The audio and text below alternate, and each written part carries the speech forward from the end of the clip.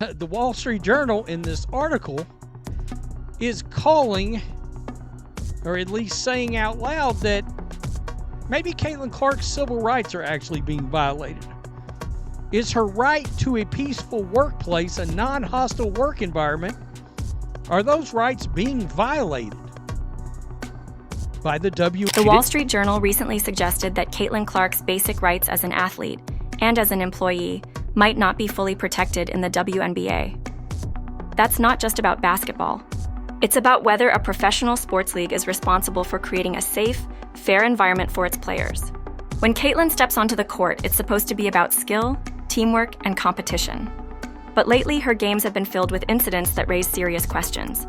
Hard fouls that go uncalled, contact that seems beyond normal gameplay, and a pattern many believe is starting to look like targeted aggression. Some fans say this is simply part of the game. Others believe it's crossed the line into something that could damage not only her career, but the integrity of the league itself. In a sport where physical play is expected, there's still a clear line between aggressive defense and unsafe contact. Caitlin Clark, the Department of Justice, and quite possibly the President of the United States himself. Somebody got to say it, so I'm going to say it. But one thing I will not do is take credit for this. I am looking at the Wall Street Journal. The author of the article is a guy by the name of Sean McLean. Let me read to y'all the opening couple of graphs, because I want you to hear the impact of this. This is serious. We're watching. For weeks, highlight reels of Caitlin Clark's games have included elbows to the ribs, shoulder checks, and collisions that send her to the floor without a whistle from the officials.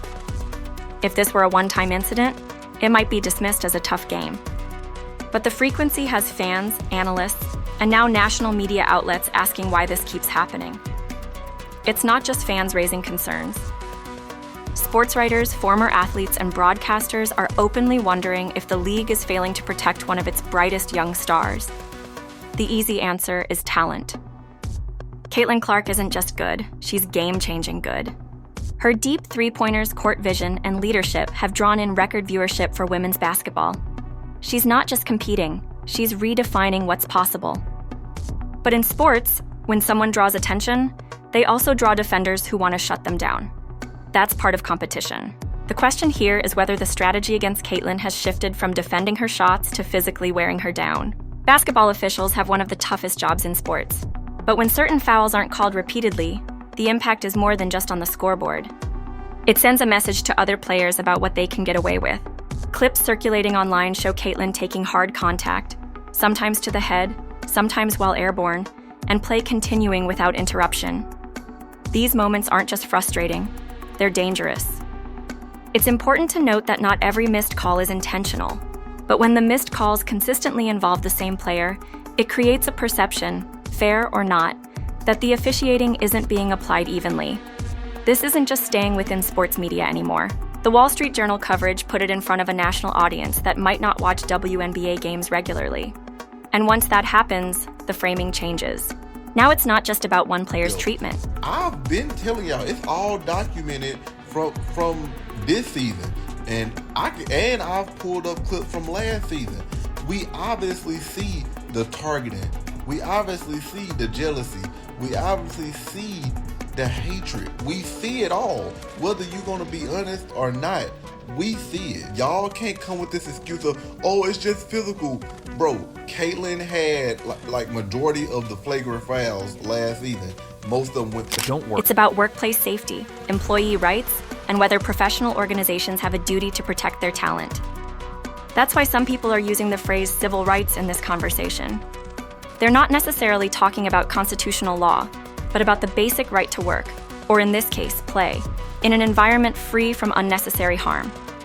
From a business standpoint, the WNBA has every reason to want Caitlin Clark healthy, visible, and performing at her best. She's bringing in new fans, boosting ticket sales, and helping raise the league's profile. If viewers start associating WNBA games with repeated rough treatment of one of its stars, the league risks turning away the very audience she's attracted. Sponsors, broadcasters, and fans could begin to question whether the league is taking care of its athletes. Inside the league, not everyone sees this the same way. Some players and commentators believe Caitlin should simply toughen up, pointing out that the WNBA has always been physical. Others counter that while physical play is part of the sport, intentional or reckless contact that risks injury is not. They argue that the game can be competitive without crossing into dangerous territory. The conversation has even taken on a political dimension. When national news outlets and public figures start weighing in, the story shifts from sports coverage to a broader social debate. Suddenly, questions of fairness and safety aren't just about Caitlin Clark.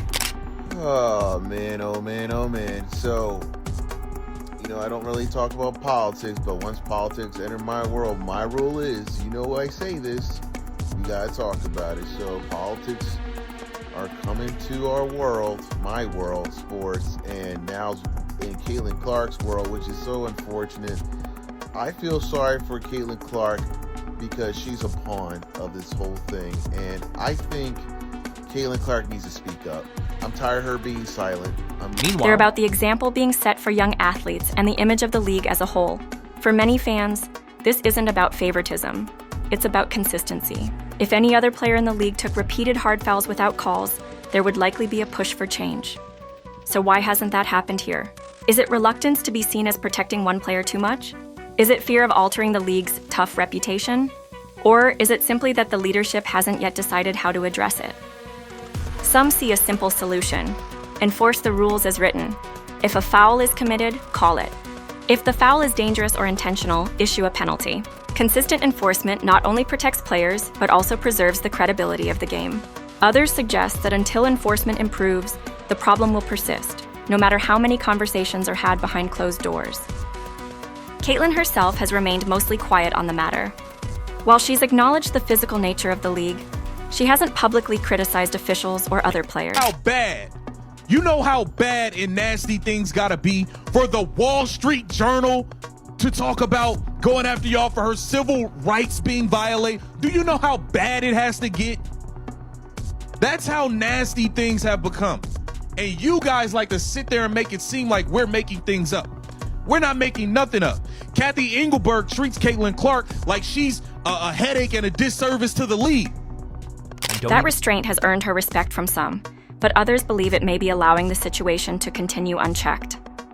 They argue that speaking up could force the league to act. Meanwhile, the footage keeps circulating, the debates keep growing, and the questions keep coming. At what point does letting them play become failing to protect? The line may be blurry in theory, but it's crystal clear in slow-motion replays showing repeated dangerous contact. If the WNBA chooses to address this proactively, it could set a strong precedent for player safety and fairness moving forward. It could show fans, sponsors, and future athletes that the league values skill and competition over intimidation and injury. If it chooses not to act, it risks the perception that certain players, even its most marketable ones, are expendable. The clock is ticking. Caitlin Clark's career is still young, but repeated injuries or unsafe conditions could change that quickly. Every game without change adds another clip to the growing library of moments that critics say illustrate the problem. Public opinion can shift fast, and once it turns, it's hard to get back. The WNBA has to decide whether its image is built on skill, sportsmanship, and competitive excellence, or whether it's comfortable letting storylines of unchecked physicality take center stage. Fans aren't just buying tickets to watch a game. They're investing in a brand, a culture, and a vision of what professional women's sports can be. If that vision starts to look like chaos, it's not just one player at risk, it's the entire league's momentum. And there's another layer to this. Maybe WNBA leadership should at least have to go sit in front of some people and answer some very uncomfortable questions. Lord knows I would love to see that. Because Kathy Engelberg and Adam Silver, it seems to be nothing to see here. Please move along. The growth of women's sports right now is unprecedented. Viewership numbers, merchandise sales, and sponsorship deals are climbing. Caitlin Clark is one of the biggest drivers of that growth. When a star of her magnitude faces repeated unsafe conditions, it sends a signal to future stars about what they might expect. Will they feel encouraged to join the league? Or will they hesitate, wondering if they'll receive the same treatment? If the WNBA addresses this now, it can protect not only Caitlin, but also the next generation of players. It can make the statement that every athlete, regardless of their popularity, deserves protection and fair play. That kind of leadership would strengthen trust with fans and position the league as a model for professional sports. If it fails to act, the damage could be long-lasting.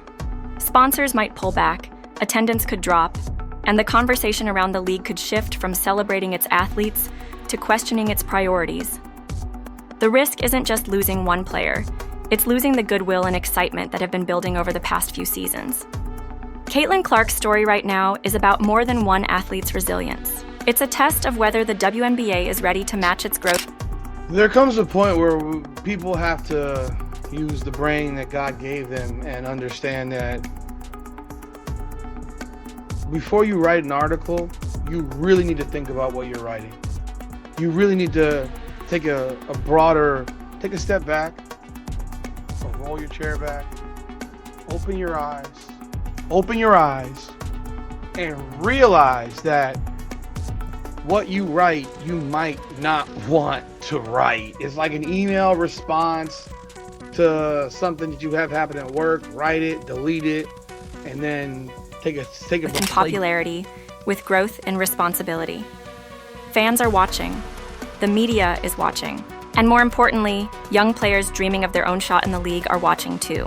If the league can show that it protects its stars while still allowing the game to be fiercely competitive, it will set itself apart.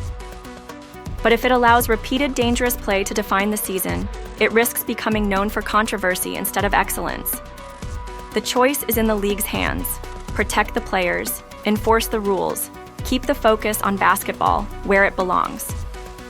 If they do that, they'll not only protect Caitlin Clark, they'll protect the future of the game.